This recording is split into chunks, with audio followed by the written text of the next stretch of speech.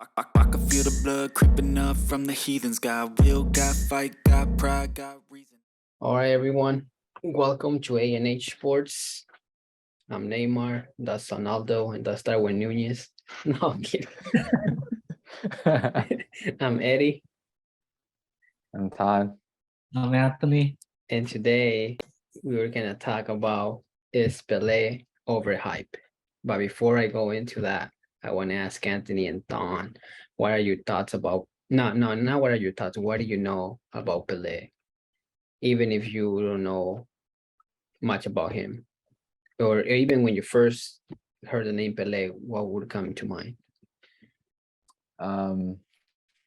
Obviously, for me, the beautiful game, the original GOAT, 3 World Cups, first World Cup at 18 years old, put Santos and Brazil on the map. There you go. The king.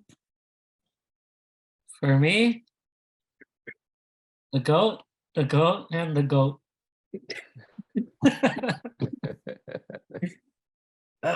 You know that he has won 3 World Cups, which still hasn't been broken. I don't think it ever will, maybe. I think someone might match it at some point, maybe, but I don't know if he'll be broken. Yeah. I remember him saying he scored close to like 3,000 goals or something. I was just kidding. Like 1,000, something. Well, it was 1200 1,200. something. Yeah. But Yeah. he counted all his premature game goals, his military games. What else? The games at like from 5 to 14 years old. Yeah. Dude, if Messi would have counted that, he would have been like 2000. Because he said he would score 6 or 7 on every game. What do you call it? Not just, I mean, he was definitely a goat because he was around goats. He was playing with farmers. No, I'm kidding. Dang.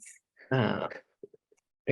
Well, there's some facts about Pele when it comes to comparing or talking about one of the greats. Obviously, all I could say is Pele was definitely ahead of his time because, you know, he was definitely juking a lot of players. But I think at that time, football in general or other players weren't as good as the players we have today. Many of them look like semi-pros.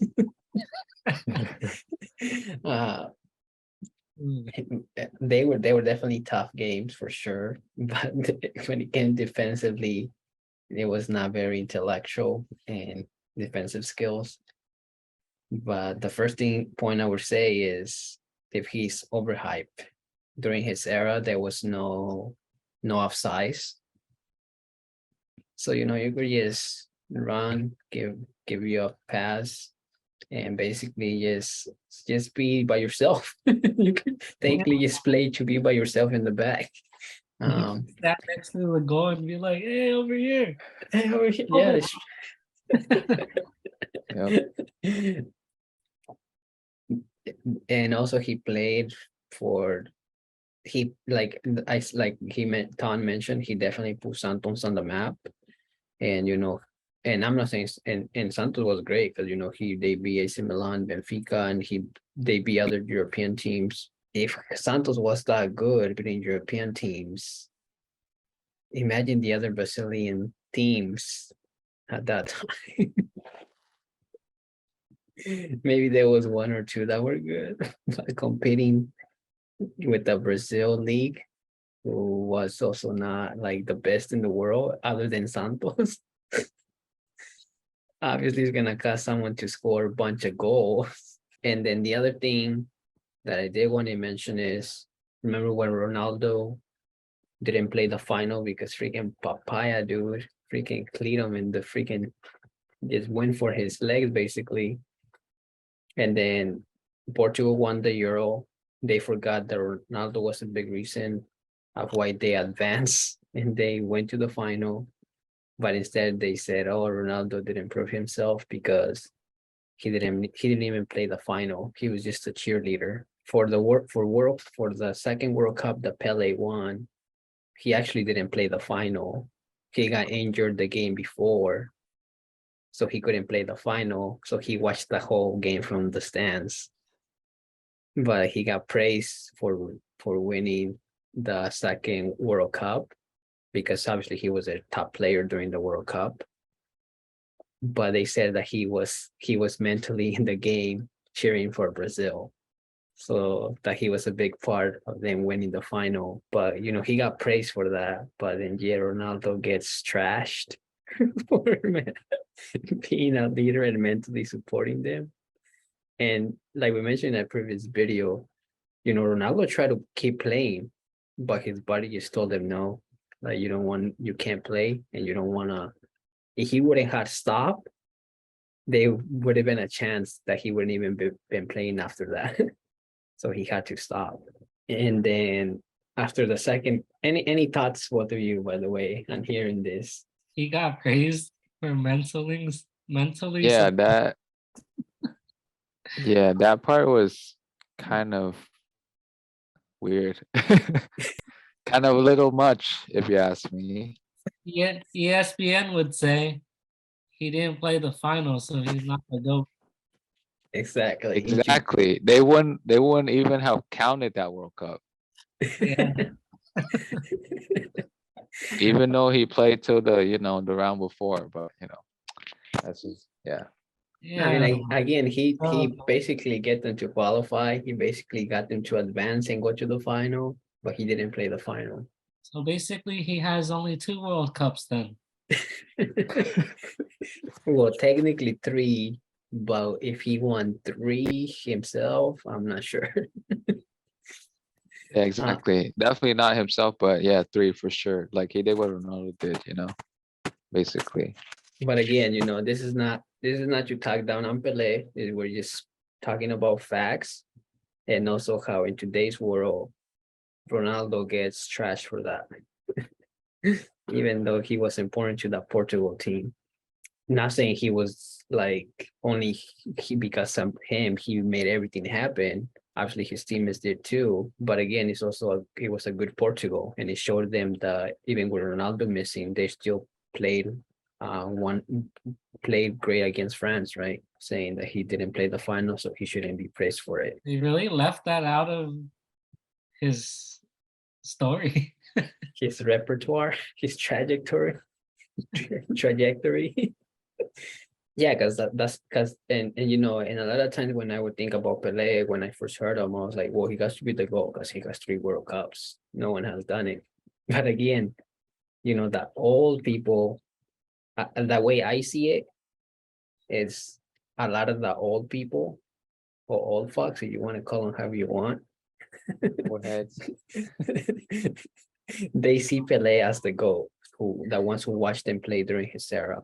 And unfortunately, there's not much videos of him that I wish they were, so I could watch it myself. I think the people who watch football, who really watch football and know all the players, especially our generation, I think a lot of them, the goal for them is either Messi or Ronaldo. And again, you know, Maradona also has a World Cup, was one of the best players for the Argentina, but also he got praised for scoring a goal with the hand. Like, you know, Yep. The hand of God, they say. as much as they want to put it as the hand of God, it's still very unfair that they counted that goal to win. Right, doesn't it? Yeah, but from what I heard, it was just more like technologies back then. Like they didn't catch it, I guess. I don't know if you guys know this, but he did it again in another game. He did, yeah. He tried to do it twice. mhm. He did it twice.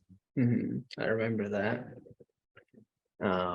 Yeah, and since the technology back then wasn't great, like Again, we're not the gonna refs blame probably any didn't see it. player, Mhm. right? We're not gonna blame. I mean, even now, the freaking technology doesn't matter if it shows you the right thing.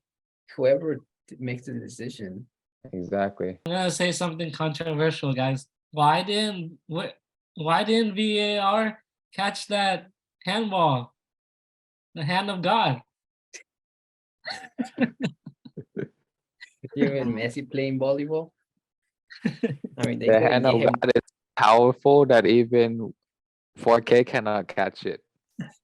It's impossible. That's why he's the best, because VAR couldn't see through the light of God. No, I'm kidding.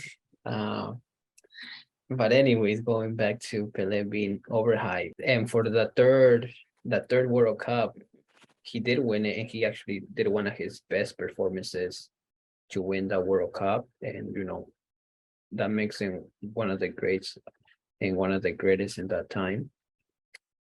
Or that's kind of what after the third World Cup is basically like he's the king, right? Because he does what he was and what he created for himself. Not things didn't come easy for him. He did do all of that, but I don't know if people know they won World Cups back to back. That third one, they had to skip a World Cup then to win the next one. In between that one, in between the second and third World Cup, he wanted to win it in, I think it happened in England. He wanted to win it that year in England, but that was when Sweden, I think Portugal beat them like 3-0 or something like that, and then England beat them like 2-1 or 2-0 also, but they were really dirty, trying to take out Pele. And after that World Cup, Pele basically retired from the Brazil national team. He said he was not gonna play again for Brazil. He was just gonna play for Santos because he got really depressed that they lost and didn't even make it to the next round in the World Cup. So he basically said he was done.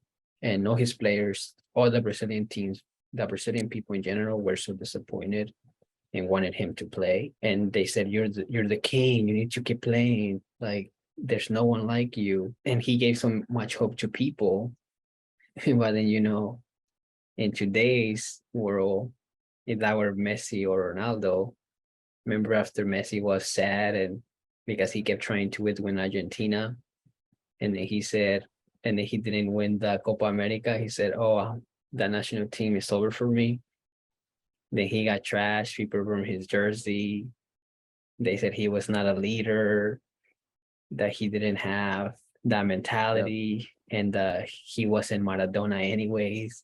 So the Argentina started criticizing him, saying that he's never gonna bring him a World Cup and a Copa America, so he shouldn't be regarded as one of the greats, despite all his accomplishments that he won, and despite his teammates in Argentina missing goals or not scoring.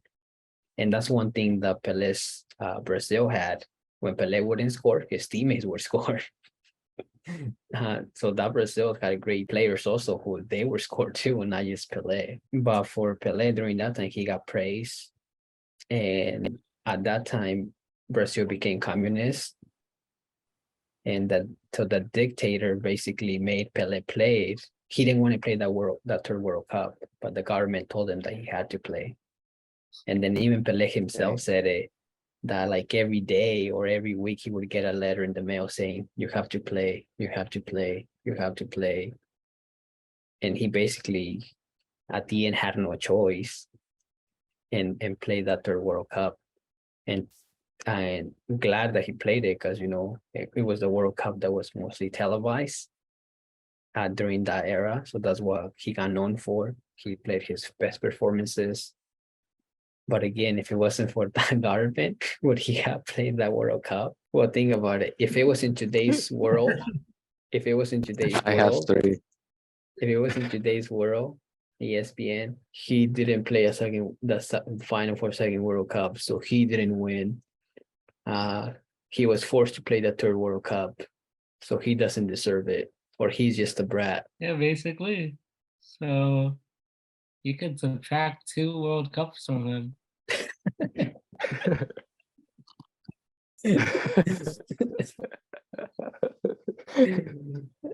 And then the first World Cup, they would have been like, "Oh, he's underage."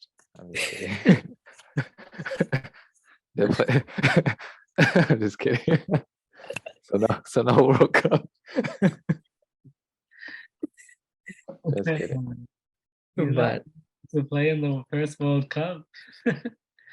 but look, he did win 3 World Cups. But what you're saying, in today's world, some of his decisions he made, would it counted more like against him towards being the GOAT than being the GOAT, right?